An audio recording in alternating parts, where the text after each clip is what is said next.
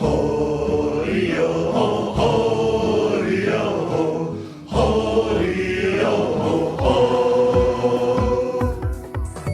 and welcome once again to the Spouter-Inn. I'm Chris. And I'm Suzanne. And today we are excited to offer you a special episode with Megaphonic's own Jared Pechaček. Jared is a writer and artist whose recent work includes illustrating the acclaimed horror novel Red X by David Demchuk, and he's also one of the hosts of By-The-Bywater, a podcast here on the Megaphonic network that's about all things Tolkien. He lives in Seattle, where he can generally be found either tweeting about fashion or drifting over the beach at low tide. Thank you for stepping away from the sea to join us today, Jared. Thank you for having me. It was a wrench, but I had to come. I'm really excited to have a chance for us to talk with you today because it felt like at the end of the regular episode, there was so much more to say. So what a great opportunity. Well, why don't we start at the very beginning, Jared? Tell us your Tolkien origin story. How did you first read these books? And, what attracted you to them? Well, I was going to say, in a lot of ways, Tolkien is my origin story, but I guess you stole that phrase from me, so I'll have to find something else now. My mom read them to us, actually, when we were kids. I think I was about 11-ish, and she was like, hey, here's The Hobbit. We're going to read this. And I had no idea what it was. And we got through that, and I was like, that was fun. It's a good time. And then she mentioned there was a sequel, and I went, okay, why not? And then she pulls out Fellowship of the Ring from, I guess we must have got it from the library, I don't know. I started reading it, and I was like, oh my God, this is the best thing that has ever happened to me. I was instantly just pulled into it. It was one of my favorite things from the get-go. And just the experience of my mom reading it to us, too, made it so much...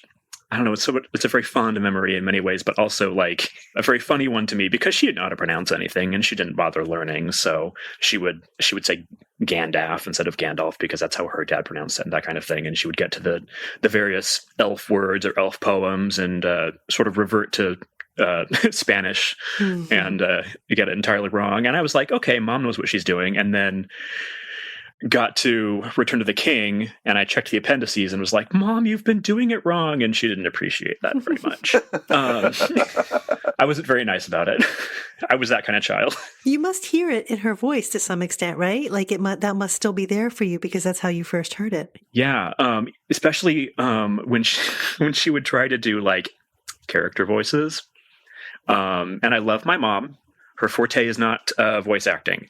So when Treebeard shows up and she would try to do this like hum thing, and it was like a weird doorbell half of the time. It was so funny. I do treasure those memories, but also it makes it a little hard sometimes to read some of the parts that are really distinctive in her voice for me. And you said something else really interesting too, like the way you were describing the experience of hearing The Hobbit read to you, and you're like, that's a good story. But then encountering Fellowship of the Ring and being like, wow. I had a very similar experience where I tried to read The Hobbit and I'm like, this is fine. And then, Lord of the Rings was something different. It was like a world.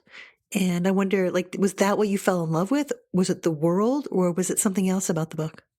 It was the world, but with The Hobbit, like, I do enjoy The Hobbit. I think I liked it more than both of you did. I don't dislike it. It's just, it wasn't unique, right? I bounced entirely off The Hobbit as a child and have not gone back to reread it as an adult. So I mean, it's a good kid's book and all that. But as a kid, I was like looking through the book and looking at the maps and going, well, what's all this? There's all these spaces that are, I mean, in The Hobbit, they're more or less explored, but there are some things like the hands pointing to the waste where the wild worms bred or whatever. And I had never encountered that kind of thing as a child, so I thought, oh, there's so much more that I'm not being told. I want to know more. I don't care so much about the Lonely Mountain. I mean, that's over, but what's the rest of it? And then Lord of the Rings is, in some ways, the rest of it. It's nowhere close to the rest of it. But there's a whole lot more rest. There's a whole lot more. And even from the beginning of Lord of the Rings, there's always so much that you're not being told. And those gaps were so fascinating to me and still are. not just in Lord of the Rings, but in any story that has this kind of expansive, generous world building where not everything is explained and you don't need it to be. It's just there's these random references to stuff or spots on the map that you don't visit. That kind of thing just pulled me in, and I didn't want to fill in the gaps so much. Like I didn't want to write fan fiction about Dol Amroth or whatever, but I liked knowing that these places were there and were available if I chose to, or if I wanted to draw them. Like some of my earliest fan art was actually of the Silmarillion. Because I read that next. Did you have a hard time reading it? When I was a kid, I really bounced off it, and I had this big breakthrough at a certain point where I was like, oh, this is the kind of book people in the Lord of the Rings would read. Or like this is their literature. And all of a sudden it totally made sense. But you might have gotten there earlier. Parts of it were harder to read than others. Partly physically hard to read because the copy I got was from the thrift store and it was falling apart. But growing up as I did in church with the Bible constantly in my ears, it was familiar, but it was just unfamiliar enough to be interesting to me. So I didn't have problems with like the first third, where there's the creation of the world and the song and the trees and the jewels and all of that, and the Noldor rebelling and all that kind of thing. That's all fun. And then the last third, where the Valar show up and destroy everything accidentally. The middle third was the hard part because it's just like names and seasons, and here's this battle that's exactly like the other battles, but it has a different name, and that part was hard for me. Yeah. But everything else was really easy. I loved the part in the beginning with the Valar where you get the names and their functions, and they're not super relevant later on, but there's this pantheon that was so cool, and I remember like drawing what I thought they looked like and that kind of thing. Oh, that's so cool. I'm curious, you were talking about the allure of the gaps in what you knew and things that were just suggested. Is there anything that now, after having read and reread these books and reading deep into the other books, into the Silmarillion and beyond. The expansion packs. Oh, God, there's so many. Exactly. And podcasting about it for a few years now. Like, is there any particular gap that you still find deeply enticing? Yeah. The whatever is going on with the South. Which shows up in the Two Towers. Yeah, do you want to explain that a little bit for any listeners who aren't aware of it? Yeah, so the Middle-earth map is very northwest-centric. It's very northern Europe and southern Europe when you get to Gondor. But beyond the edge of the map is Harad, which just means south. Literally, it just means south. And that is where the bad people come from. Heavy air quotes around this kind of thing, of course. But you get glimpses of what these people are like. They're not a monolith. There's a whole bunch of cultures down there, and they just happen to be enemies. But there's so much history that we're not told. They're clearly distinct from everybody else. Why are they distinct? What's their language like? What is up with them? Why are they in this fight? You know some of that. You learned a little bit of it from the lore, but for the most part, it's totally underdeveloped. And I think that's a huge... I wouldn't say missed opportunity for him because that's not what he was interested in, but that's a huge thing that I want to know more about. But it's like, it's a very, how can I put it? It's an unspoken thing, but it's highly signposted. You know what I mean? Like he doesn't quite say, I won't tell you about, but he makes you enticed and desire to know more, but then makes it clear you're not going to find out more.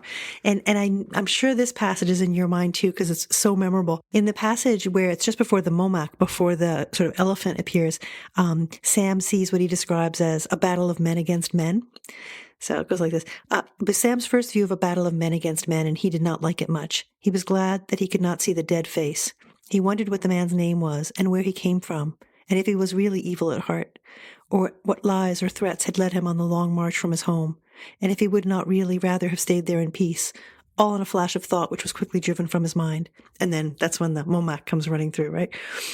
And so the wondering, like we participate as readers in the wondering, but we don't know. And then when the Momak runs through, it's this huge bulky creature. We also don't know his fate, right? Because he comes through with this like enormous sail-like ears, small red eyes, raging, upturned horn-like tusks. He's this exotic, wild thing. always referred to with the masculine pronoun, right? So not an it, but a him. In the same way, Shelob is a she and not a it, right? And we don't know what happens, right? He runs through, he overtook men who were crushed to the ground. Soon he was lost to view, still trumpeting and stamping far away. What became of him, Sam never heard. Whether he escaped to roam the wild for a time until he perished far from his home or was trapped in some deep pit, or whether he raged on until he plunged into the great river and was swallowed up. And like both the man and the beast, right? It's so interesting because we're like, it's dangled in front of us. Like, wow, look, here's this whole other corner of this world. And I'm not going to tell you about it. Yep. You don't get to know any more than this. You get a little bit in the appendices of Return of the King, where you hear about Gondor just being an absolute ass to these people. Mm-hmm. But that's it. And that decision to leave so much of the world, I guess I'd say explorable, is so powerful to me, even now, even having read the books so many times.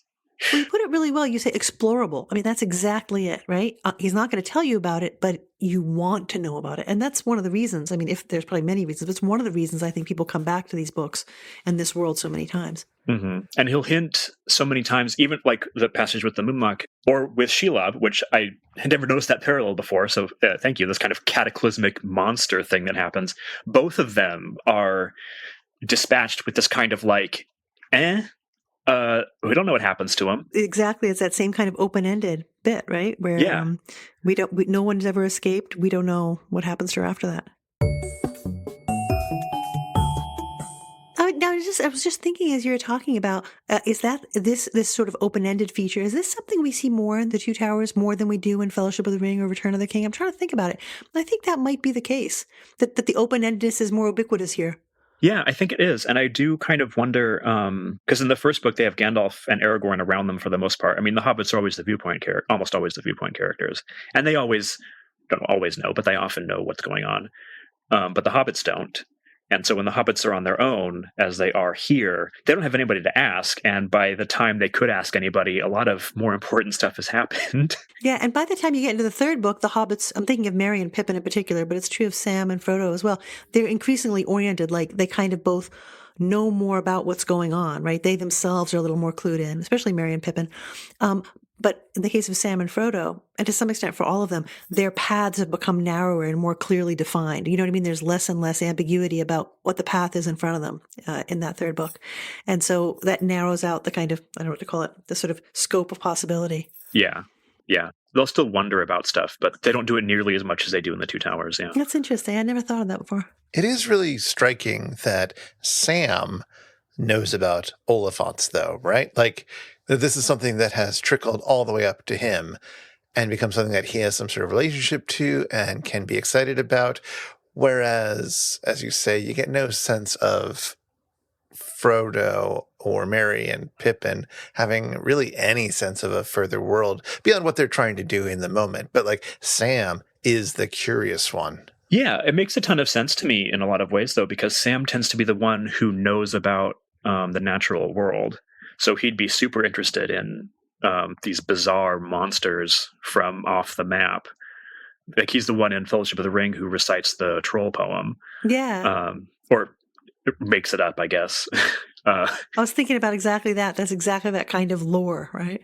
Yeah, and it's also the Two Towers, like landscape passages, which I know you really wanted to talk about. A lot of the book is from Sam's POV, and he's the gardener, and Ithilien nice. is packed with flower names in a way that not even the Shire is when he's not the viewpoint character.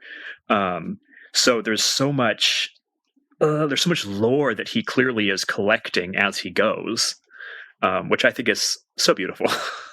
That is beautiful. Thank you for queuing that up so beautifully. My favorite passage in the entire Lord of the Rings.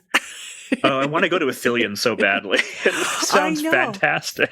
The disheveled dryad loveliness to which we all aspire. Oh, I think about that line so much. I love that line.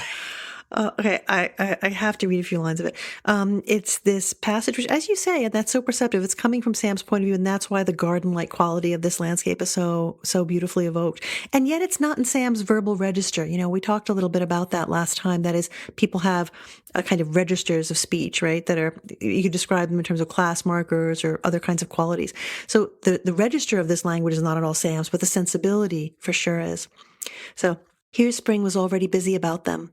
Fronds pierced moss and mold, larches were green-fingered, small flowers were opening in the turf, birds were singing. Ithilien, the garden of Gondor, now desolate, kept still a disheveled dryad loveliness.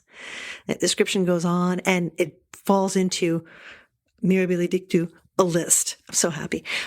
So all these trees are there. Thickets there were of tamarisk and pungent terebinth, of olive and of bay, and there were junipers and myrtles, and thymes that grew in bushes, or with their woody creeping stems mantled in deep tapestries the hidden stones. Sages of many kinds putting forth blue flowers, or red or pale green, and marjorams and new sprouting parsleys, and many herbs of forms and scents beyond the garden lore of Sam. The grots and rocky walls were already starred with sassafrages and stone crops. Primroses and anemones were awake in the filbert brakes, and asphodel and many lily flowers nodded their half-opened heads in the grass.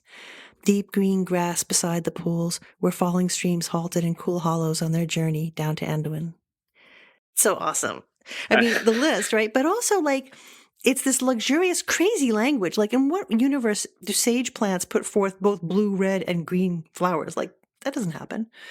So it's like hyper real and yet utterly fantastical, I think, that passage. And I think the point about registers is, yeah, I mean, that's totally true. But I also feel like this must have been like years after the events. Frodo and Sam are sitting side by side in the study of Bag End, and Frodo's like, "What was that? What was that thing, Sam, that we saw? It had red flowers. What was it?" Yeah, I know. Again, I think that's a beautiful point too, right? Because these descriptions are reflecting always two points of view, right? At least two. That is the encounter and the memory, right? And this landscape is, I feel like it inhabits both of those spaces. It has a kind of immediacy to it. At least I feel it emotionally, this kind of immediacy. And yet it's bathed in nostalgia. Yeah. It's so gorgeous. It's the encounter and then the memory and then the translation. Yes. And it's interesting whenever that translation comes in and is sort of reasserting this imagined world into terms that are meant to be familiar to its readership. So these might not literally be the plants that Sam and Frodo saw. These are equivalents. Mm-hmm. And the mystery of the sages putting forth the different colored flowers all at once, which I don't know anything about plants. Well, there are different varieties of things within the sage family that some have blue and some have red. They're just not doing it simultaneously. Right. So it's still pretty wild. It is, yeah. And it's funny, the landscape writing in the Frodo and Sam section, especially in Ithilien and around like Minas Morgul, is a lot more tactile, I feel like, than certainly Fellowship of the Ring, which is skipping over a ton of landscape in order to get to Moria or whatever. But the way it settles down to explore the more or less uncorrupted parts of Ithilien, and then we get to the Tower, Minas Morgul, where the landscape is suddenly just as vibrant, just as full of life, but it's all disgusting and entrancing and still beautiful, but it's... But horrible, too. Yeah, horrible. Like, I always think about that line about the flowers being beautiful, but horrible, like shapes in an uneasy dream, or the cold river steaming, or the tower revolving as it watches everything. It's so, that contrast is so powerful, and I don't think there's anything else quite like it in the other books.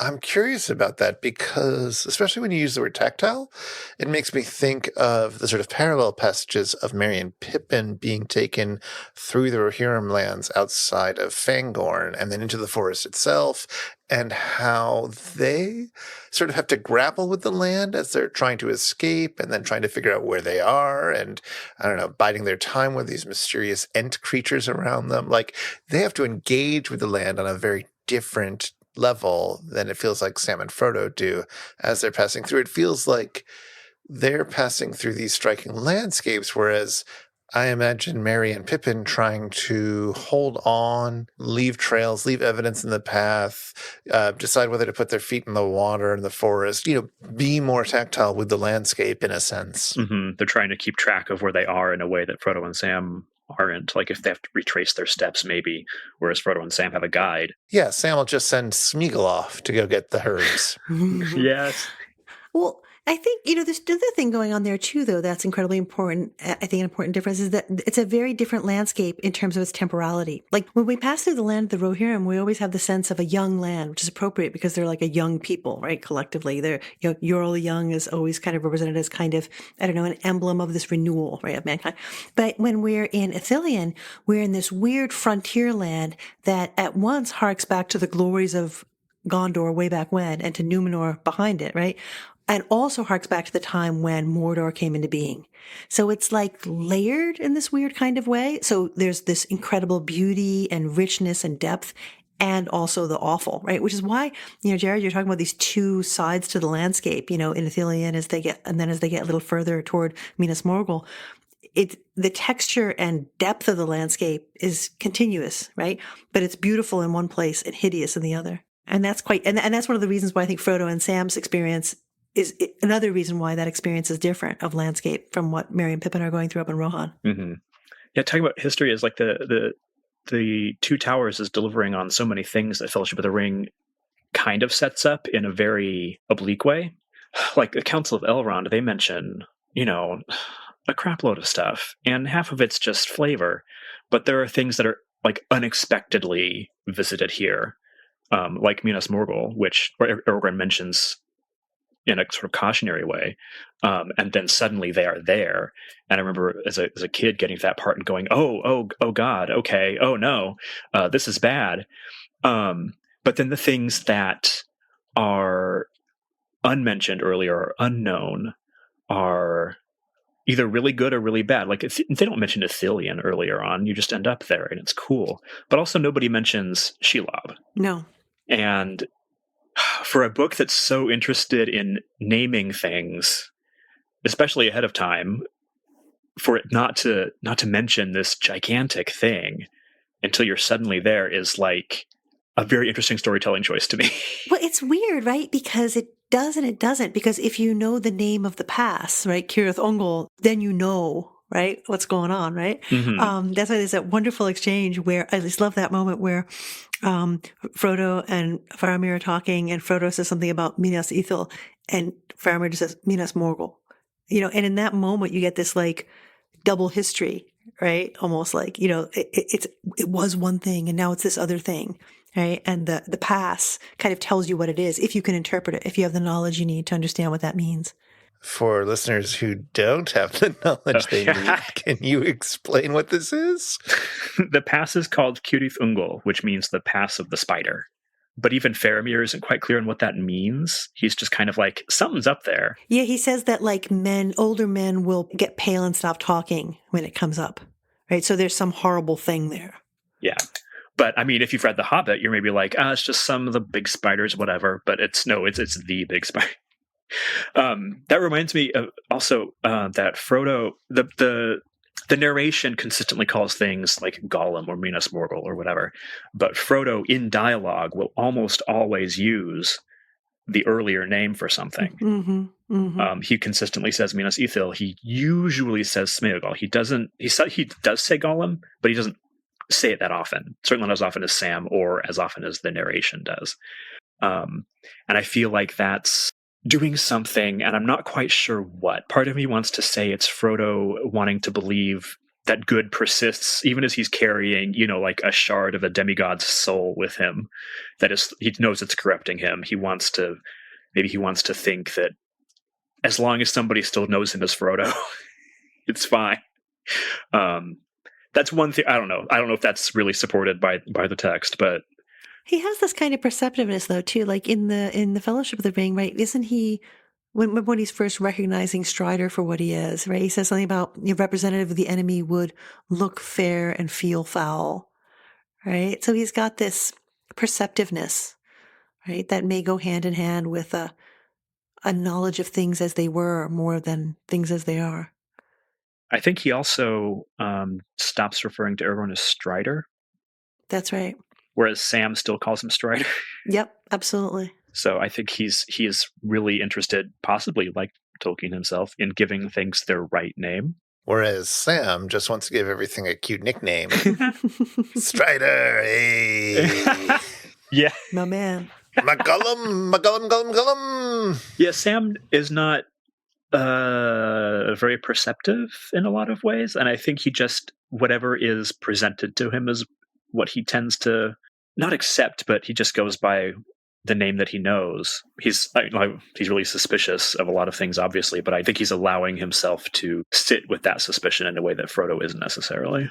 Well, I think there might also be a different sense of where truth lies, right? Like, is truth understanding that Strider is Aragorn, or is truth understanding that Aragorn is Strider? Well, later on, Aragorn will say, I'm both. Exactly. And he is both. And it's super important that you understand that both are true, but only being able to see Aragorn as Aragorn is not fully understanding Aragorn / Strider, if that makes sense. It's not understanding both him as the once and future king, I guess, and also him as this guy who has avoided that responsibility and been doing other things on the side and is trying to maintain a position where he can be relatable to hobbits. Yeah, I think what you're bringing out is this quality, a number of things, but one of them is this quality in Sam that is about his connection to the real material world. You know, Frodo is kind of, I don't know, ethereal in certain kinds of ways, and increasingly ethereal as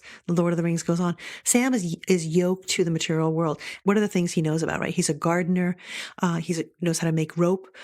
He cooks. Right. And there's that wonderful, amazing scene, again, in Ithilien, this place of these beautifully material landscapes, where we see, like, we've seen food elsewhere in The Lord of the Rings.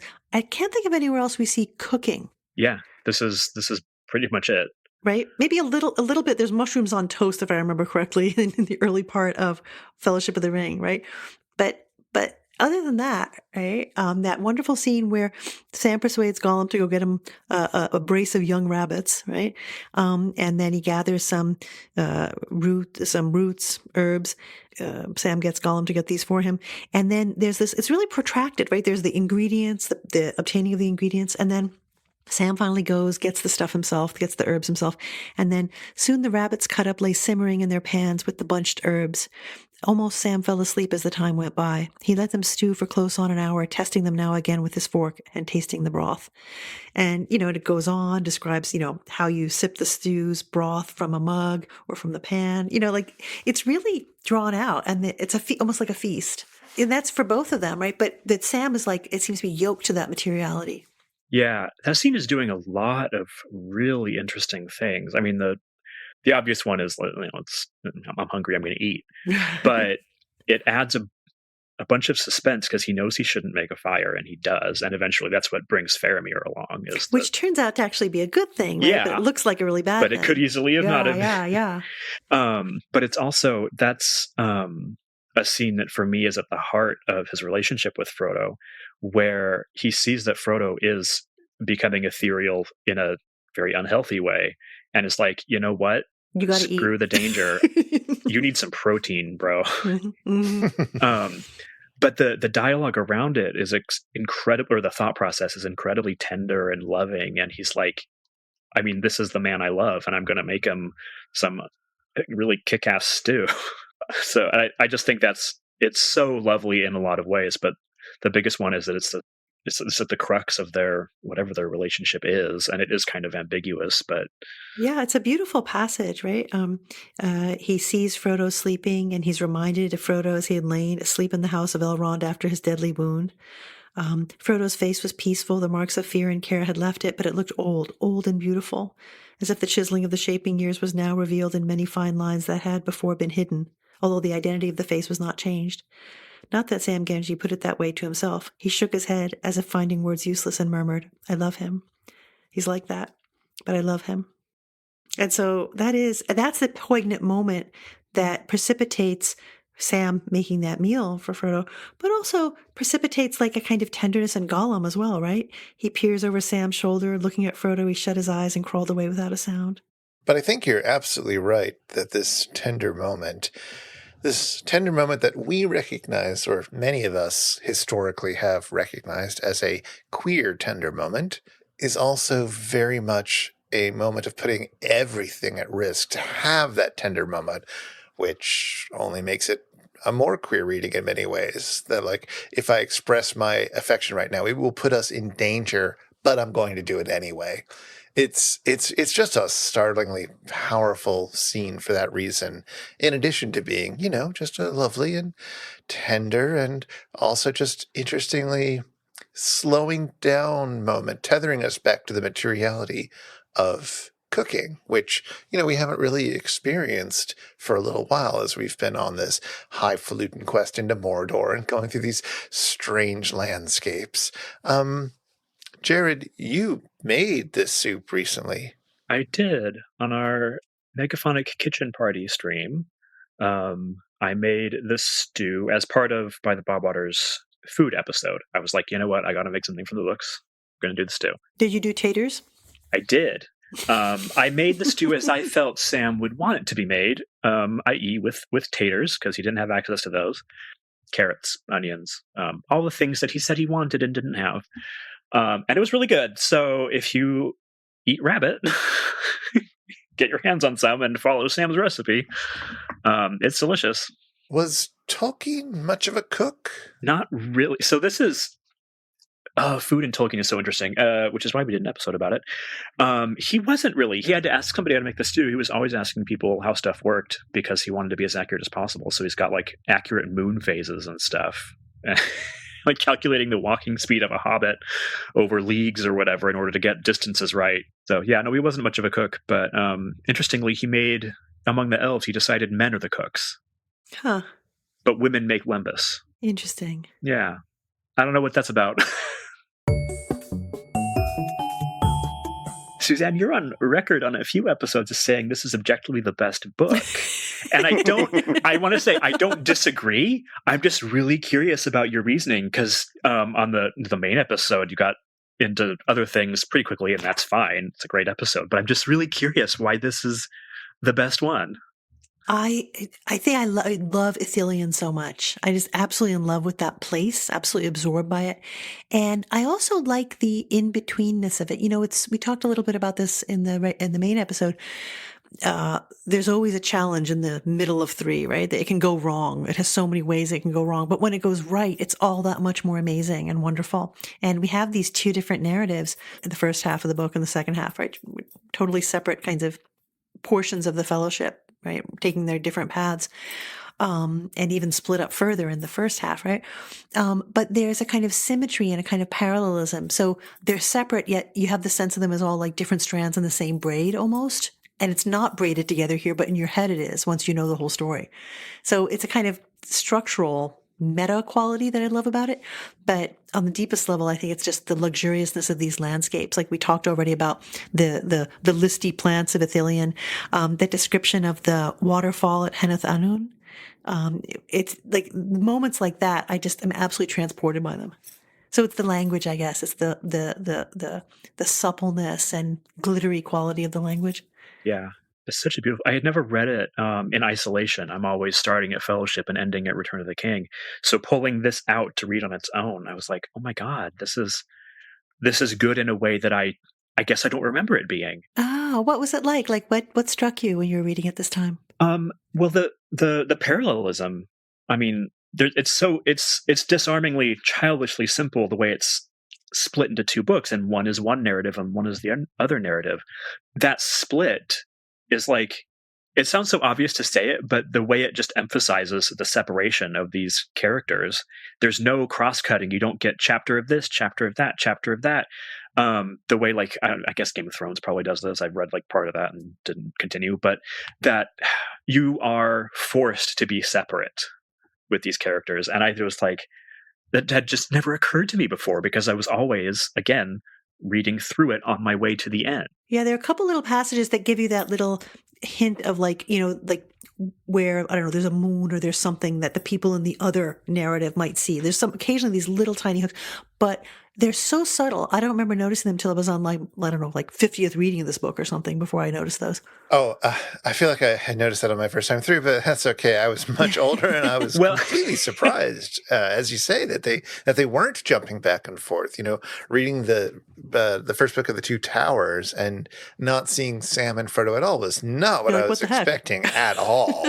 Yeah, well, I mean, I've been reading this book for most of my life at this point, so it's so familiar that I had to take that, just pulling it out on its own and taking that step back and reading it as a novel in itself was like, oh, of course. It's so obvious, but I just never realized why it was working for me.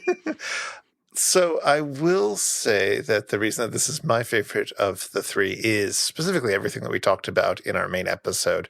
So the Ents and the Orcs, by and large. The Ents are fantastic. Oh, God, the Orcs. Oh, I wanted to say so much about them. Haven't you already done an episode about the Orcs? No, yeah, we have, but it was scratching the surface. There's always so much more to say, and Two Towers is a huge reason that there is so much more to say. Well, that's true. Well, you'll have to do Orcs 2. Yeah. Orcs 2, the orcaning, I don't know. Yeah, that. Otherwise, I mean, we could talk for hours and hours and hours more, and there are people who listen to that, and those of you who would listen to that should go listen to Jared's podcasts, where Jared and Ned and Oriana do get to do that. It only comes out once a month, and it's a lovely conversation. It is. And you get to hear the three of them talk, and it's just a real sweet treat. And it was a real sweet treat to have you join us today. Yeah, thank you, Jared. It was a treat being here. And listeners, if you'd like to get in touch with us, you can email us at spouter@megaphonic.fm, or we're on Twitter @thespouter. We'd love to hear from you. Show notes with links for anything that we've mentioned in this episode, including links to Jared's podcast By-The-Bywater, will be at megaphonic.fm/spouter/60B.